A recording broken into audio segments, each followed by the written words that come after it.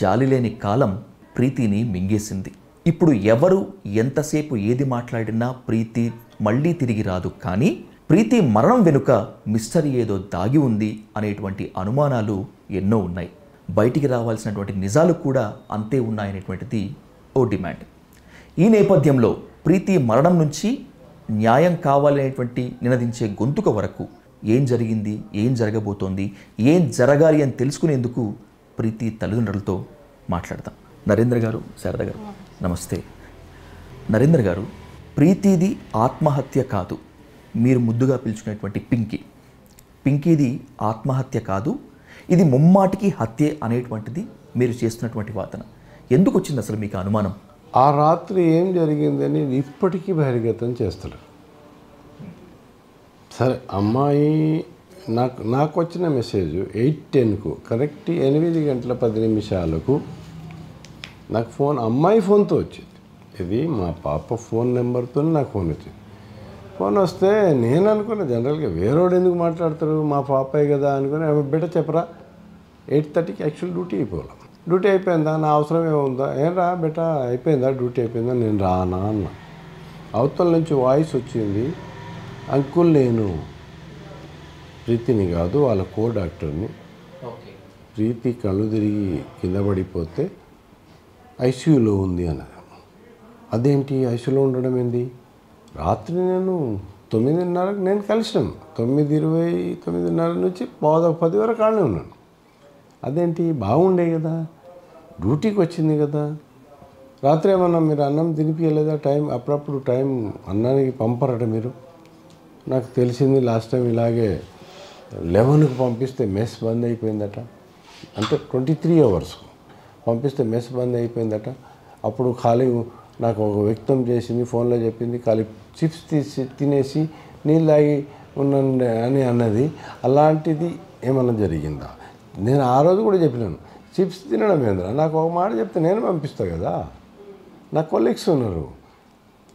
3 గంటల వరకు వరంగల్లో అన్నం దొరకదని ఏమన్నది చెప్పిన, అంటే నేను ఇబ్బంది పెట్టడం ఎందుకు డాడీ అని చెప్పలేదు డాడీ అన్నది.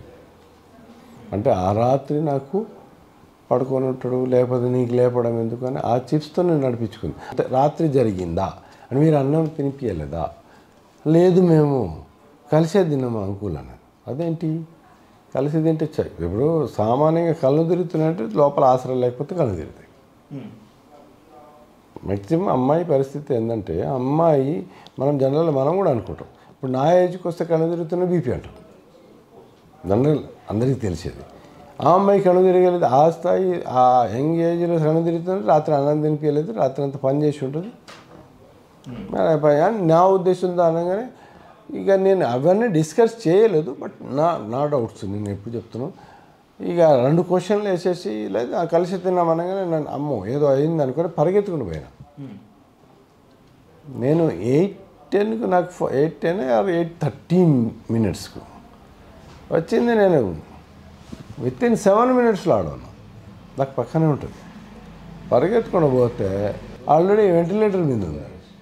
వెంటిలేటర్ మీద రావాలంటే ఏ స్థాయి వరకు ట్రీట్మెంట్ అయిన తర్వాత వెంటిలేటర్ మీదకి వస్తుంది? నాకు ఒక డౌట్, అమ్మాయికి హార్ట్ అరెస్ట్ అయ్యి ఉంటేనే వెంటిలేటర్ మీదకి వస్తుంది. హార్ట్కి ప్రాబ్లం ఉన్నప్పుడే వెంటిలేటర్ మీదకి వస్తుంది. అంటే ఎంత ముందు ఎక్సర్సైజ్ చేసి ఉంటాం. నేను పోక ముందు అందరికి చాలా హెచ్ఓడీస్, ఈ సూపరింటెండెంట్, ప్రిన్సిపాల్ కూడా ఉన్నాడు, సమ్ దాస్ పేరేదో ఉంది. నేను అంతకుముందు ప్రిన్సిపాల్కు నేను కూడా కలిసినాను, నాది వేరే యాంగిల్లో పోయినాను.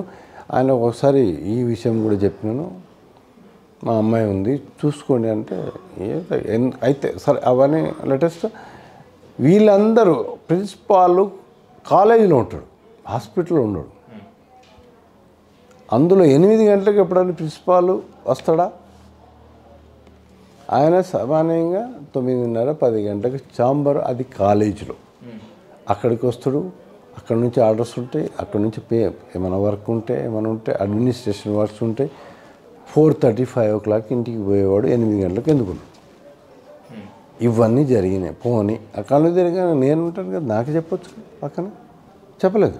ప్రిన్సిపాల్ ప్రిన్సిపాల్ వీళ్ళందరూ గ్యాదర్ అయ్యే వరకు నాకు చెప్పలేదు. నాకు 8-10కి చెప్పిందంటే అంత అయిపోయిన తర్వాత విషమించింది కదా. అయిపోయిన తర్వాత నాకు చెప్పడానికి ఏంటంటే విషమించింది, అమ్మాయి ఇలా ఉందని అప్పుడు పిలుస్తారా? అసలు ఎందుకు ప్రీతిని చంపాల్సినటువంటి అవసరం ఉంటుంది, ఎవరికి ఉంటుంది అసలు? సార్ దీంట్లో చాలా ఉంది. ఒకటేంది, లో క్యాస్ట్, నేను లంబాడా, నేను కమ్యూనిటీ ఎస్టీలో వస్తాను, సబ్ క్యాస్ట్ లంబాడా, వీళ్ళు తక్కువ జాతులు కూడా ఈ స్థాయికి వస్తారని ఒక ఉండొచ్చు, ఒక ఈర్ష్య ఉండొచ్చు. అసలు నేనే ఈర్ష్యను అనుభవించినాను. నేను డిపార్ట్మెంట్లో ఉన్నాను. నాకు అందరికీ 8 ఏళ్ళ తర్వాత ప్రమోషన్ వస్తే నాకు ఒక ప్రమోషన్ 6 ఇయర్స్కి వచ్చింది. 6 ఇయర్స్కి వస్తే తోటివాడు అంటాడు, ఏంద్రా నీకు అప్పుడే వచ్చింది, నాకెప్పుడు రావాలరా, నాకంటే నీకు అది అని ఈర్ష్యతో మాట్లాడితేనే నాకు కోపం వచ్చి, అరే నువ్వు అంటే నేను మీడియా ముఖంగా తెలియపరచకూడదు, నాకు ఎంత ఈర్ష్య ఉంటే ఆ మాట అనాలా? తోటోడే నన్ను పాకిస్తాన్లో పోరా నీకు ఇస్తారా, కోపం వచ్చి. అదే మీతో పాటు పనిచేసే వాళ్ళే మీ మీద అట్లా అంటే ఎట్లా ఉంటుంది? నేను అనుభవించిన ఇక్కడ ఇంకా ఇంత కాస్ట్తో కూడుకున్న విద్యకు ఇక్కడ ఉండదని నేను ఎప్పుడు అనుకోను, ఇక్కడ ఉంది. అలాగే అమ్మాయి ఏది డేటా వాట్సాప్ చూస్తే ఆల్రెడీ వాడు చెప్పిన మాటలు కూడా ఉన్నాయి. దాంట్లో పోస్ట్ చేసింది, నువ్వు తక్కువ, నీకు చదివే రాదు, నువ్వు కోటలో వచ్చిందని, నీకు మైండ్ లేదు అన్నట్టు. నేను మైండ్ లేదు కదా, నీ ఉద్యోగం కూడా ఈమె చేస్తుంది, మైండ్ ఎందుకు ఉండదు? ఈమె ఎంబీబీఎస్ చేసింది, తర్వాత 2 ఇయర్స్ సర్వీస్ కూడా చేసింది డాక్టర్గా. ఆ తర్వాత ఎండీకి వచ్చింది. ఆమెకి ఎందుకు మైండ్ ఉండదు? యాక్చువల్గా ఆమె చాలా ఇది కష్టమైన కూడా పని చేస్తుంది. ఎందుకు? నేను సర్వీస్ చేయాలి, ఈమె ప్రాణం కాపాడాలనే ఉద్దేశంతోనే ఉంటుంది ఎప్పుడు. అలాంటి అమ్మాయిని నాకు మైండ్ లేదు, శాత కాదు అంటే ఇదంతా క్రియేషన్ ఏంటంటే, నాకు వచ్చే డౌట్ ఏంటంటే, ఈమె సెకండ్ కౌన్సిలింగ్లో వచ్చింది, ఫస్ట్ కౌన్సిలింగ్ సెకండ్, ఇంకా కౌన్సిలింగ్స్ ఉన్నాయి. ఇది బయట నేను నాకు ఆ స్థాయికి రాదు, నాకు డబ్బులు లేవు, కానీ బయట ఇది ఈ కోర్సు చేయాలంటే 4 కోట్లు కావాలి. ఈ సీటు ఈమెను చంపేస్తే ఈ సీట్ వెకేట్ అయితే ఇంకోనికి వస్తుందని ఎందుకు అనకూడదు? అదే ప్రీతిని చంపేస్తే ఆ సీట్ వేరే వాళ్ళకి వస్తుందని అనుకోవచ్చు కదా.